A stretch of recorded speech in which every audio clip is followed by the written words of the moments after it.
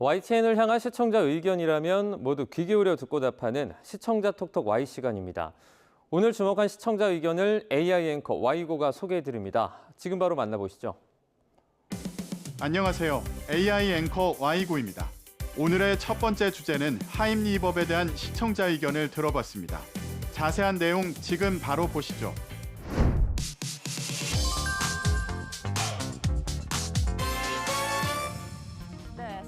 얼마 전 중국에서 위급 상황 속 응급처치법을 통해 어린아이가 자신보다 더 어린 동생을 구했다는 소식을 전한 앵커 리포트가 있었습니다. 집에서 일어난 일인데요. 사탕을 먹다가 목에 걸린 3살 아이가 가슴을 치며 언니에게 다가서자 언니는 곧바로 뒤에서 끌어안아 가슴을 힘껏 압박합니다.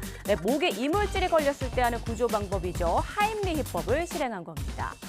6살 아이가 엄마에게 하임리법을 미리 배워둔 덕에 사탕이 목에 걸린 동생을 구할 수 있었다는 소식으로 응급처치법에 대한 중요성을 강조했는데요. 보도에서 사탕이 목에 걸려 위험에 빠진 3살 동생을 6살 언니가 하임리법을 통해 구해냈다는 소식을 전한 보도였는데, 이런 급박한 상황이 발생했을 때 생명을 지킬 수 있는 응급처치법을 자세하게 안내하면 좋겠다는 시청자 의견이 있었습니다. 시청자 톡톡Y에서 미리 알아두면 좋을 응급처치법인 하임리법에 대해 살펴봤습니다. 씹는 힘이 약한 아이나 노인은 음식을 먹다가 기도에 걸리는 일이 자주 발생합니다. 작은 이물질이 기도를 막은 경우에는 강하게 기침을 해 이를 제거할 수 있지만, 기침으로도 이물질이 나오지 않는다면 응급처치법인 하임리법을 즉시 시행해야 하는데요. 하임리법은 기도가 폐쇄돼 질식할 위험이 있을 때 흉부에 강한 압력을 줘 토해내게 하는 방법입니다.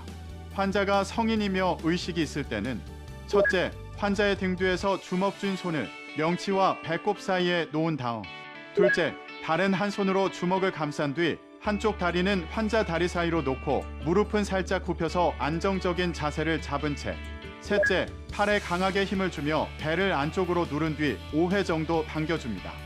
단 복부 비만이 심하거나 임산부인 경우 가슴 한가운데에 주먹을 대고 가슴을 뒤로 당기면서 압박해야 하는데요. 이 모든 과정은 전문 구급대가 도착할 때까지 반복합니다. 만약 환자가 의식을 잃게 되면 즉시 심폐소생술을 실시해야 합니다. 응급 상황에서는 119에 신고하면 응급처치법을 알려주니 이를 참고하면 좋습니다. 다음으로 시청자 톡톡 Y 두 번째 주제는 땅 꺼짐 사고에 대한 시청자 의견을 들어봤습니다. 어떤 내용을 담고 있는지 이어서 확인해 보시죠.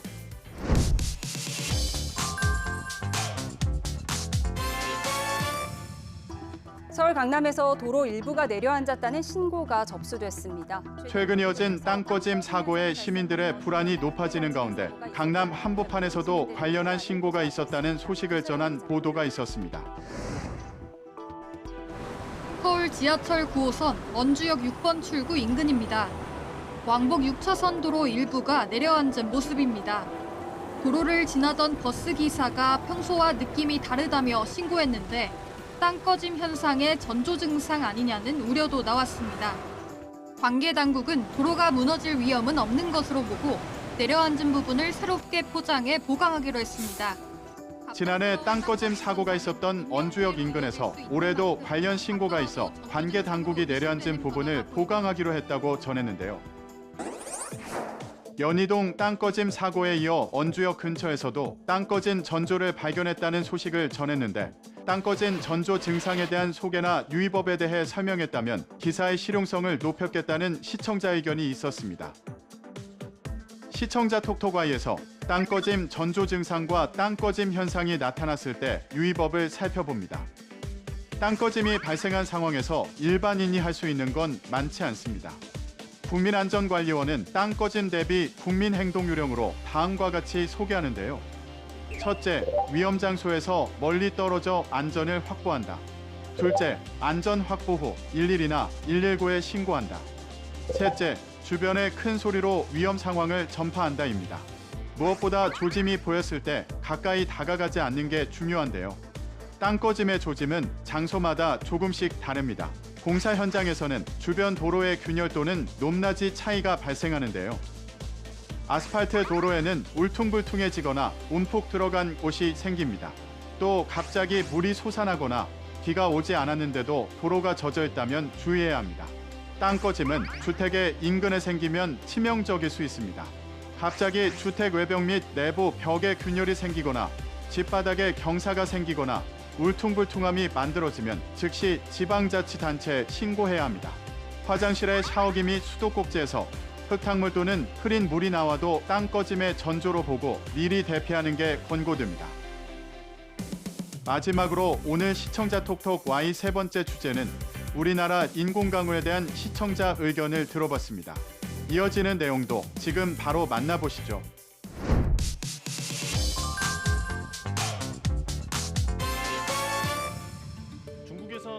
얼마 전 중국에서 인공강우를 뿌린 뒤 엄청난 폭풍우가 몰아쳤는데 현지 당국은 인공강우와의 관련성을 부인했다는 소식을 전한 보도가 있었습니다. 도시 위를 뒤덮은 구름 한가운데가 뻥 뚫린 듯 지상으로 쏟아져 내립니다. 중국 3대 화로 가운데 하나인 충칭에서 폭염을 식히기 위해 인공강우를 뿌리는 데 성공한 겁니다. 낮 최고 42도까지 치솟았던 기온을 10도 안팎 떨어뜨리고 농촌 가뭄을 해소한 것까진 좋았습니다. 그러나 초속 34m 넘는 폭풍이 함께 몰아칠 줄은 몰랐습니다.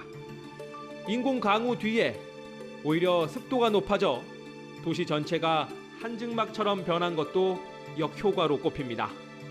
중국에서 폭염이 계속되는 날씨에 온도를 낮추기 위해 인공강우를 뿌렸지만 오히려 습도가 높아져 역효과가 났다는 사실을 꼬집기도 했는데요. 중국 충칭에서 인공강우를 작업한 뒤 폭풍이 발생했다는 내용을 전했는데 관련해 우리나라의 경우는 이러한 인공강우를 계획하거나 실시한 적은 없는지 궁금하다는 시청자 의견이 있었습니다. 관련한 내용을 살펴보기 위해 시청자 톡톡Y에서 우리나라 인공강우 계획에 대해 살펴봅니다.